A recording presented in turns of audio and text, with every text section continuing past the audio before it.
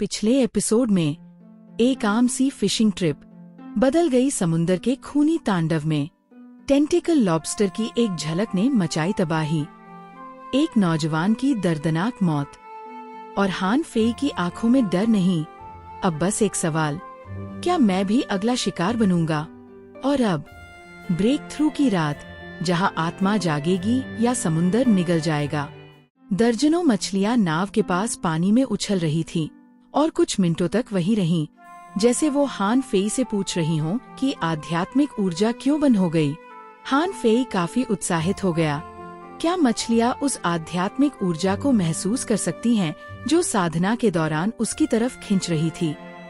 जैसे जैसे मछलियां वहां से जा रही थीं, हान फेई ने जल्दी से कांटे में चारा लगाया और लाइन फेंक दी। क्या इससे बेहतर मौका हो सकता था? ये कहना मुश्किल था कि हान फेई की किस्मत उसके अच्छे मूड की वजह से अच्छी थी या कुछ और, लेकिन जैसे ही उसने लाइन फेंकी, उसे एक जबरदस्त खिंचाव महसूस हुआ। हान फेई जोर से चिल्लाया और फिशिंग रॉड को कसकर पकड़ लिया। अब कोई तरकीब नहीं, बस पूरी ताकत से उसने रॉड खींची। धत्त तेरी, ये तो बहुत ताकतवर है। कांटा बुरी तरह हिल रहा था, जिससे हान फेई को यकीन हो गया कि ये टेंटिकल लॉबस्टर नहीं है, इसलिए वो बेझिझक खींचने लगा। शायद उसका लेवल कम था, इसलिए हान फेई कई बार फिशिंग रॉड को लगभग खो ही बैठा।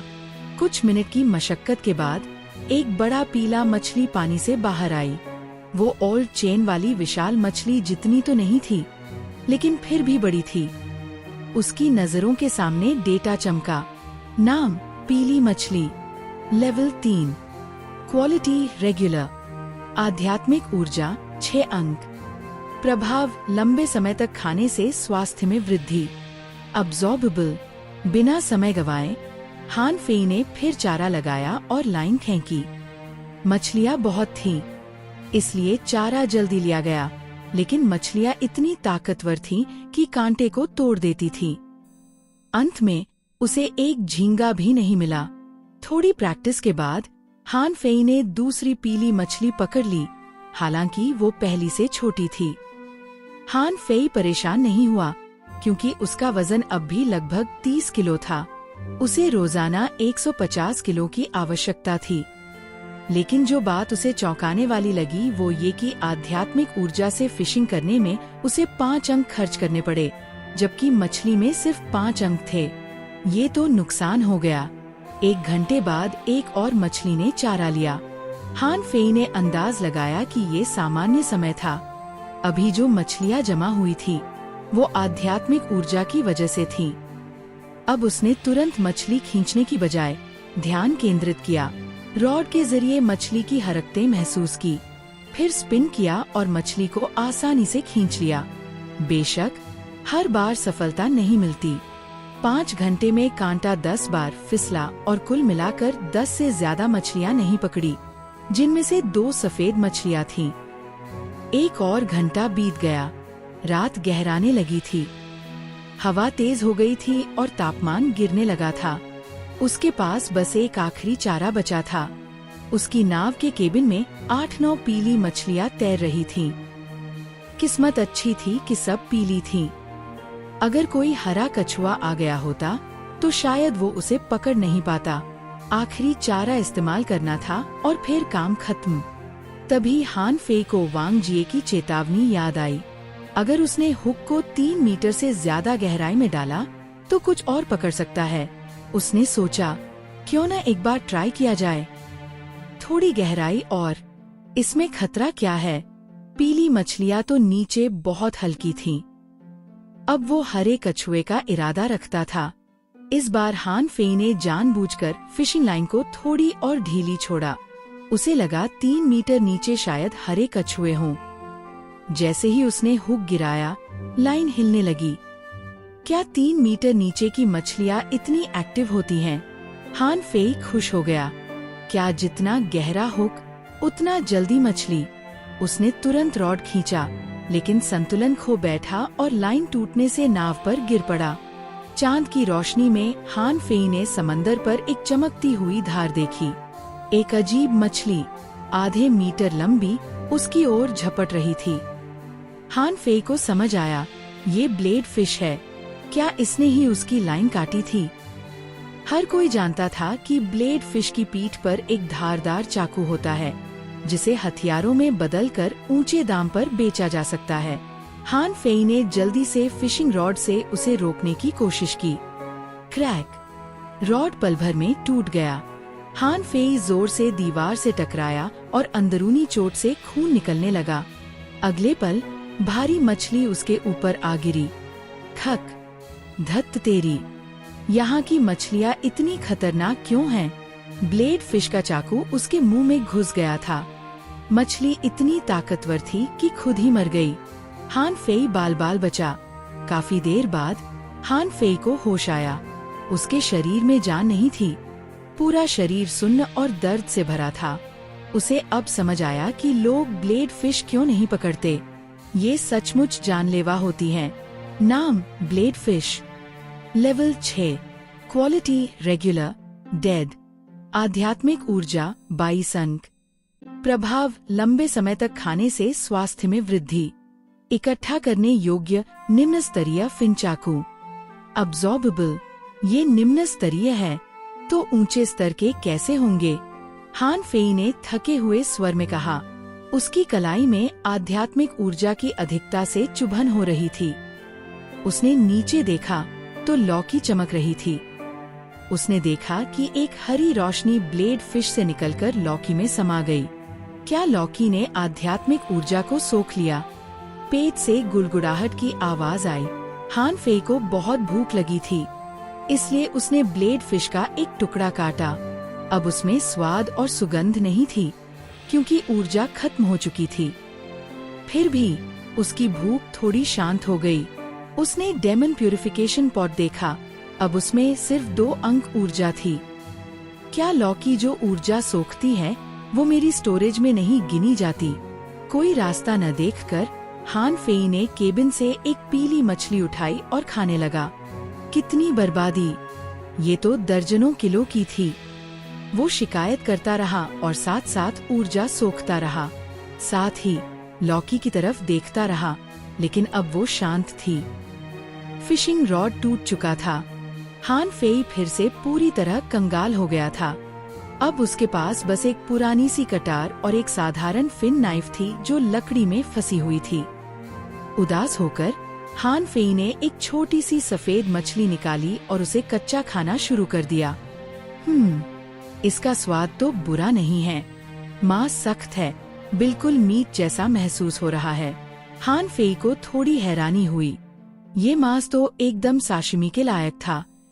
उसे लगा था कि सफेद मछली का स्वाद पीली मछली या ब्लेड फिश से खराब होगा, लेकिन ये तो काफी अच्छा निकला।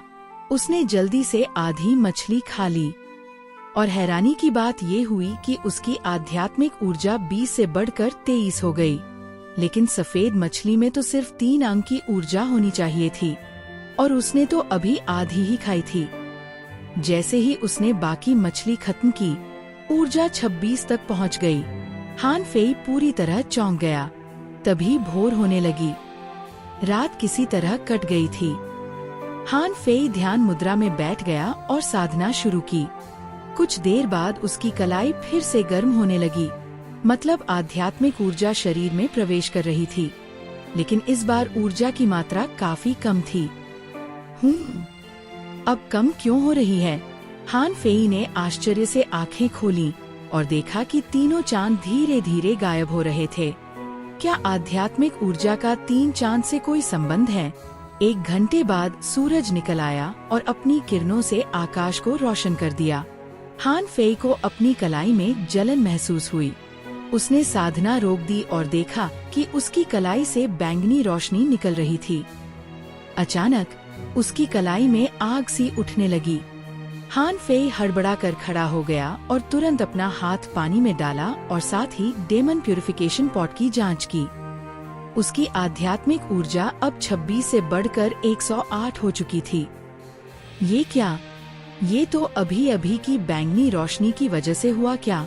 हान फेई लगभग लड़खड़ाते हुए खड़ा हुआ। समंदर उबल रहा था और हर दिशा में लहरें उठ रही थीं। उसने देखा हजारों मछलियां उसकी ओर तैर रही थीं और नाव के पास कूद कूद कर नाच रही थीं। पहले तो कुछ सफेद मछलियां आकर उसके मुंह पर लगीं। फिर एक बड़ी पीली मछली उसके पेट से टकराई, जिससे वो दर्द से दोहरा हो गया। उसके बाद एक टेंटिकल लॉबस्टर हवा में उड़ता दिखा। अबे साला! बिना समय गवाए हान फेई मछली के केबिन में कूद गया और दरवाजा बंद कर लिया। और फिर शुरू हुआ धड़ाम धड़ाम धड़ाम, चक चक चक चक। इतनी मछलियां डेक पर गिर रही थीं कि जगह कम पड़ गई। टेंटिकल लॉबस्टर भी ऊपर चढ़ रहे थे। उनके टेंटिकल तो दरारों से भी दिख रहे थे। हान फेई ने बाहर झांकने की कोशिश की, लेकिन एक चाकू सरसराता हुआ उसके पास से निकल गया। कुछ मिनटों बाद एक लॉबस्टर का पैर केबिन के दरवाजे से आर पार हो गया। भाई प्लीज अब तो जा ले। हान फेई सांस रोके बैठा था। अगर टेंटिकल लॉबस्टर ने दरवाजा तोड़ दिया तो वो टुकड़े टुकड़े हो जाएगा। रुको, क्या मैं इसे सोख सकता हूँ?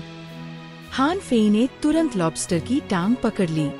सोख ले, डेमन प्यूरिफिकेशन पॉट, सोख ले इसे। धड़ाम! केबिन का दरवाजा लगभग उखड़ गया। शुरुआत में टेंटिकल लॉबस्टर जोर से संघर्ष करता रहा और नाव को पलटने की कगार तक ले गया, लेकिन धीरे धीरे वो कमजोर पड़ गया।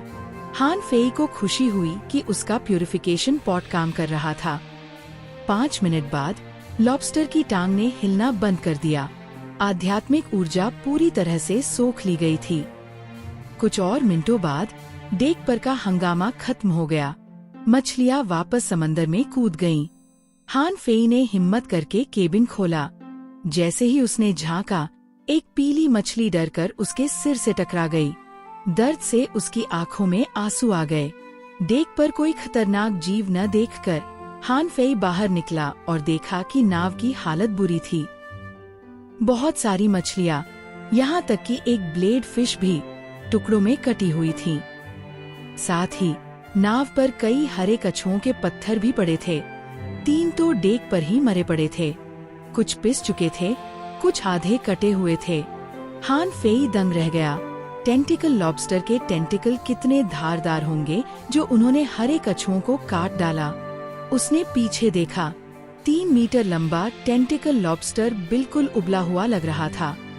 उसका सिर बहुत बड़ा था और शरीर छोटा। अब वो लकड़ी जैसा सूखा और निष्क्रिय पड़ा था। लेकिन तभी हान फेई की खुशी दोगुनी हो गई। उसकी आध्यात्मिक ऊर्जा अब 156 हो चुकी थी। यानी टेंटिकल लॉबस्टर ने 48 अंक की ऊर्जा दी, जो कि स्वेलोड स्पिरिट सूप जितनी थी। सिर्फ यही नहीं, नाव के 8 फिश केबिन, जिसमें से एक में वो छिपा हुआ था, बाकी सब मछलियों से भरे हुए थे। हान फेई जोर से हंस पड़ा और उंगलियां गिनते हुए बड़बड़ाया। सफेद मछलियां ढेर सारी हैं। लौकी इनमें से दर्जनों सोख सकती है। पीली मछलियां भी भरपूर हैं। ये केबिन का पानी लाल क्यों है? उसने फौरन देखा। उसके अंदर कुछ तैर रहा था। हान फेई ने केबिन का ढक्कन जोर से बंद कर दिया। उसकी सोच सही निकली। ये जरूर स्नेक बेल्ट होगा, वो सांप जैसी मछली जिसने पिछले दिन आधे लोगों को मार डाला था। अगर ये बाहर निकली तो हान फेई उसका मुकाबला नहीं कर सकता था। इसलिए उसने ठान लिया कि इस केबिन को वो खुद नहीं खोलेगा। ये काम वो एक्सपर्ट्स पर छोड़ेगा। अब हान फेई ने बाईं हाथ से पीली मछली और दाहिने हाथ से हरे कछुओं को उठाया और जैसे ही ऊर्जा सोखी, उनके शवों को नाव से बाहर फेंक दिया। मछलियां मरने के बाद भी बिक सकती थीं, लेकिन उसके रहस्य की कीमत ज्यादा थी। कुछ मिनटों बाद हान फेई फिर से हैरान रह गया। अब उसकी आध्यात्मिक ऊर्जा 814 अंक तक पहुंच चुकी थी। हान फेई गहरी सांसें लेने लगा। डेमन प्यूरिफिकेशन पॉट की स्टोरेज की कोई सीमा नहीं थी। हान फेई डेक पर धूप का आनंद लेने लगा। उसने सोचा था कि 1000 अंक तक पहुंचने में हफ्ते लगेंगे, लेकिन एक रात ही काफी थी। क्या कल रात फिर से ट्राई करूं? उसे ये नहीं पता था कि अगर वो ये बात किसी और को बताता तो लोग उसे पागल समझते, क्योंकि सुबह के सूरज में साधना करना दूसरों के लिए आत्महत्या होता। उसने नाव को अच्छे से साफ किया, कुछ निशान भी छोड़ दिए। टेंटिकल लॉबस्टर के टेंटिकल काटकर पानी में फेंक दिए, क्योंकि कोई नहीं मानता कि इतना बड़ा लॉबस्टर बिना वजह यूं ही पड़ा होगा। अब सूरज पूरी तरह निकल चुका था। कई नावें आकाश से नीचे उतर रही थीं। उनमें से एक सीधी हान फेई की तरफ आ रही थी। वांग जिए 2 और सुपरवाइजरों के साथ आया। वांग जिए ने ये नहीं देखा कि हान फेई ठीक है या नहीं, और न ही उसके काले सर्कल्स पर ध्यान दिया। वो और उसके साथ वाले लोग हान फेई की नाव की हालत देखकर चौंक गए। वांग जिए ने पूछा, क्या हुआ था यहाँ? हान फेई ने मासूमियत से जवाब दिया, सुबह जब मैं सो रहा था, समंदर में हंगामा मच गया और बहुत सारी मछलियाँ खुद ब खुद नाव में कूद गईं। फिर मैं केबिन में छिप गया जब तक आप नहीं आ गए। लगता है टेंटिकल लॉबस्टर ने सब गड़बड़ की होगी। हान फेई ने अपनी आँखों के नीचे पड़े डार्क सर्कल्स दिखाते हुए कहा, एक पीली मछली मेरे मुंह पर टकरा गई, तभी ये हो गया। वांग जिए ने भौहें चढ़ाकर पूछा, क्या ये मछलियों की लहर थी? पीछे खड़े एक आदमी ने जलन से कहा, फिर भी बहुत बड़ी कमाई है। इतनी मछलियाँ तो 2 महीने का टैक्स चुकाने के लिए काफी होंगी। हान फेई मुस्कुराया, मुझे शक है कि इस केबिन में एक स्नेक बेल्ट है। मैंने बंद किया और फिर देखा नहीं। Snake belt? वांग जिए के पीछे खड़े दोनों आदमी चौंक पड़े। स्नेक बेल्ट बहुत ही कीमती होती है। क्या वाकई इतनी किस्मत वाला है ये लड़का कि उसके पास एक स्नेक बेल्ट आ गिरी? आंखें फाड़ते हुए वांग जिए ने कहा, सब पीछे हटो। हान फेई तुरंत पीछे हट गया। अगर वो बाहर निकलती तो इन सबको चट कर जाती उससे पहले कि हान फेई को कुछ हो पाता। वांग जिए धीरे से केबिन के पास गया और ढक्कन को एक झटका मारा। साया जैसी कोई चीज हवा में लपकी। वांग जिए गरजा और उसकी चमकती हुई हथेली से उसे पकड़ लिया। धड़ाक! एक अदृश्य ढाल वांग जिए के सामने बन गई और उसने झपटते हुए स्नेक बेल्ट को रोका। वांग जिए की चमकती हथेली जमीन पर गिरी। स्नेक बेल्ट जमीन से टकराकर भी भागने लगी। तभी वांग जिए ने अपनी फिशिंग रॉड निकाली और लाइन फेंककर उसे वापस खींच लिया। एक और प्रहार के बाद स्नेक बेल्ट बेहोश हो गई। हान फेई दंग रह गया। क्या एक मछली इतनी मजबूत हो सकती है कि एक फिशिंग मास्टर भी उसे एक झटके में ना संभाल सके? वांग जिए ने उसकी ओर देखा। बुरा नहीं है हान फेई, ये स्नेक बेल्ट खतरनाक है। ये तेरे किसी काम की नहीं। बेचना चाहे तो मुझे दे दे। हान फेई ने आंखें घुमाई। अगर आपको चाहिए तो इसे मेरा तोहफा समझ लीजिए। वांग जिए ने गंभीरता से कहा, ये ठीक नहीं होगा। ये एक मिड क्वालिटी पर्ल है, इसकी कीमत स्नेक बेल्ट के बराबर है। हान फेई ने हाथ हिलाते हुए कहा कि उसे नहीं चाहिए। उसे पता था कि इस दुनिया में रिश्तों की कीमत होती है, और जब बाकी लोग देख रहे हों तो किसी को इस देना जरूरी होता है। उसने वांग जिए से एक फिशिंग रॉड ले ली। दोनों सुपरवाइजर अवाक रह गए। क्या? एक मिड क्वालिटी पर्ल के बदले एक फिशिंग रॉड? वांग जिए थोड़े हैरान थे। ये गरीब लड़का पर्ल का लालच नहीं कर रहा। काश इसकी प्रतिभा थोड़ी और बेहतर होती। हाय! वांग जिए ने नाव में स्पिरिचुअल एनर्जी भरी और पीछे खड़े आदमी से कहा, सॉन्ग फेई, क्या तुम इसे वापस छोड़ सकते हो? अगर हान फेई ने पर्ल स्वीकार कर ली होती तो वांग जिए शायद ये मदद न करता। नाव ऊपर उठी और हान फेई ने देखा कि सॉन्ग फेई लगातार ब्लेड फिश को घूर रहा है। हान फेई ने आंखें मटकाई और पूछा, भाई, आपका नाम जान सकता हूँ? सुपरवाइजर ने ठंडे स्वर में जवाब दिया, सॉन्ग फेई। हान फेई ने प्रस्ताव दिया, भाई सॉन्ग, ये ब्लेड फिश टेंटिकल लॉबस्टर ने काट दी थी। ये मेरे बस की नहीं थी। मुझे लग रहा है कि आपको ये पसंद है, तो ये आपकी तरफ से तोहफा समझ लीजिए। हाँ। सॉन्ग फेई चौंक गया। उसने कुछ किए बिना ही एक ब्लेड फिश हासिल कर ली थी। एक पल बाद सॉन्ग फेई ने ब्लेड फिश ले ली और कहा कि अगर हान फेई को कभी कोई परेशानी हो तो वो बेहिचक उसके पास आ सकता है। कुछ मिनटों बाद हान फेई ने नाव को अच्छी तरह से साफ किया। सॉन्ग फेई ने कहा, तुम मेहनती हो, भले ही तुम्हारा स्तर कम है, जब मछलियाँ बेचो तो एक bottle fish head body polishing fluid खरीद लेना, वरना फिशिंग ट्रायल पास करना मुश्किल होगा। ओके, समझ गया। हान फेई ने ध्यान नहीं दिया। उसका मूड खराब था क्योंकि सारे कटे हुए मांस के टुकड़े सिर्फ 142 स्पिरिचुअल एनर्जी पॉइंट्स के निकले। जैसे ही वह डॉक पर पहुंचा, रिसेप्शनिस्ट ने ठंडे स्वर में कहा, तुम बच गए, अच्छा है। इतनी सारी मछलियाँ, सॉन्ग फेई ने कहा। जियाओ किन, लड़का बहुत लकी था। उसे फिश टाइड मिला और उसने खुद को मछली के केबिन में छिपा लिया। बहुत बड़ी कमाई हुई। रिसेप्शनिस्ट मुस्कराई। ठीक है, 150 किलो टैक्स के लिए ले लेंगे, बाकी तुम खुद संभाल लो। हान फेई का दिल टूट गया। ये तो बहुत अच्छी कमाई थी। नाव के पूरी तरह डॉक होते ही कुछ लोग तुरंत उसके पास आ गए। अधिकतर लोग बस सॉन्ग फेई को नमस्कार कहकर निकल गए, पर कुछ लोग हान फेई की ओर बढ़े।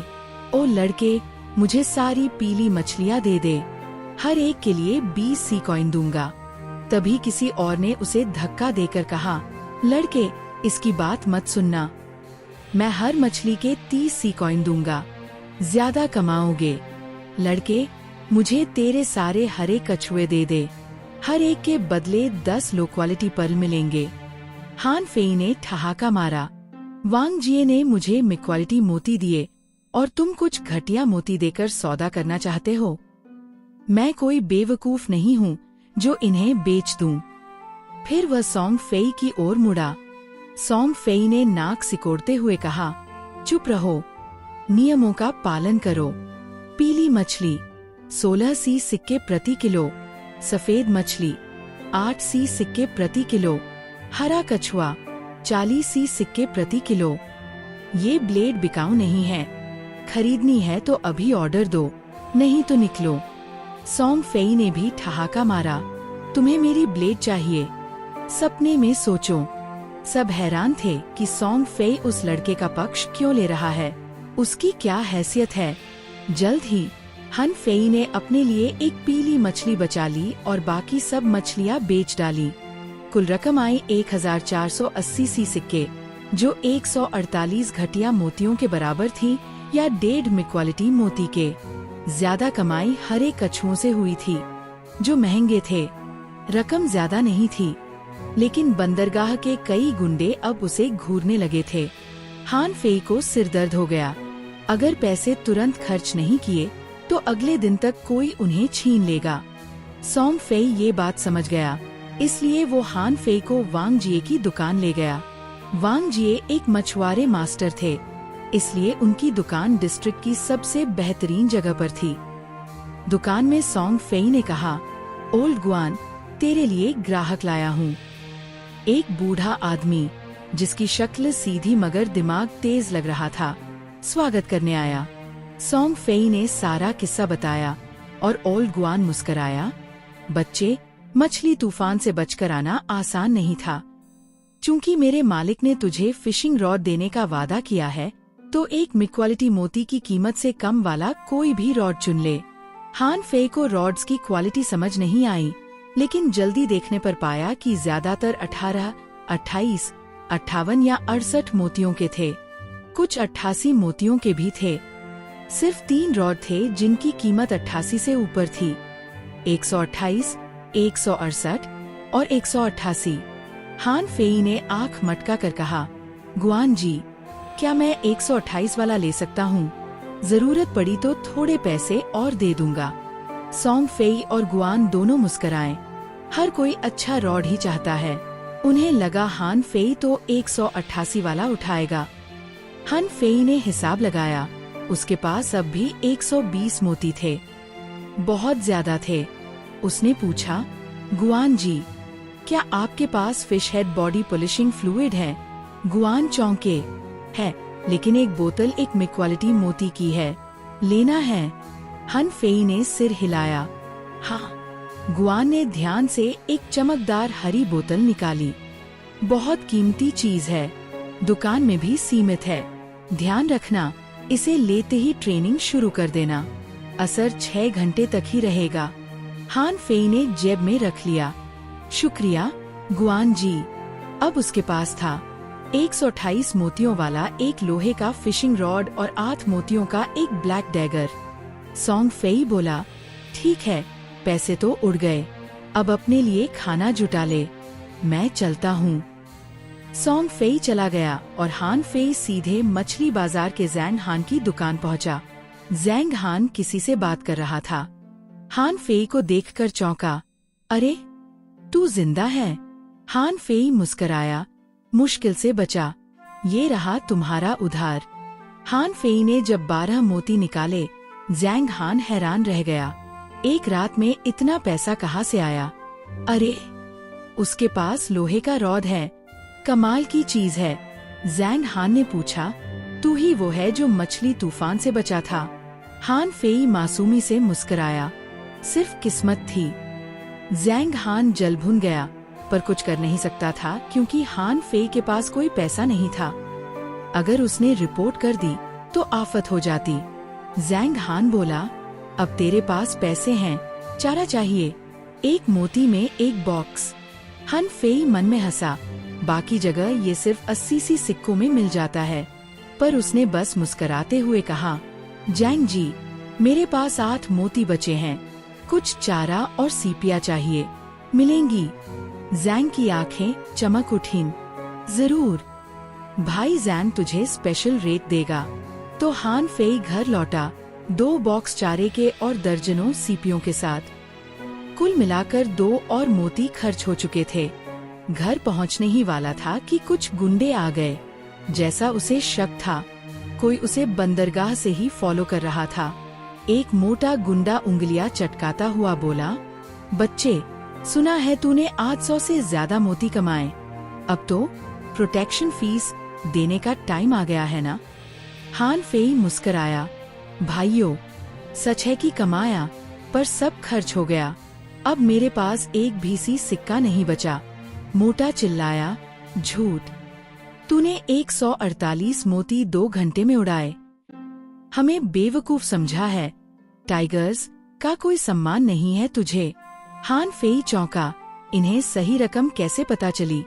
उसने फिशिंग रॉड और सीपिया दिखाते हुए कहा, भाई, सब खर्च कर दिए, मछली तूफान से मैं किस्मत से बचा। वो स्नैक बेल्ट मास्टर वांग जिए को दे दिया तो उन्होंने सॉन्ग फेई भैया से कहा कि मुझे उनकी दुकान ले जाए।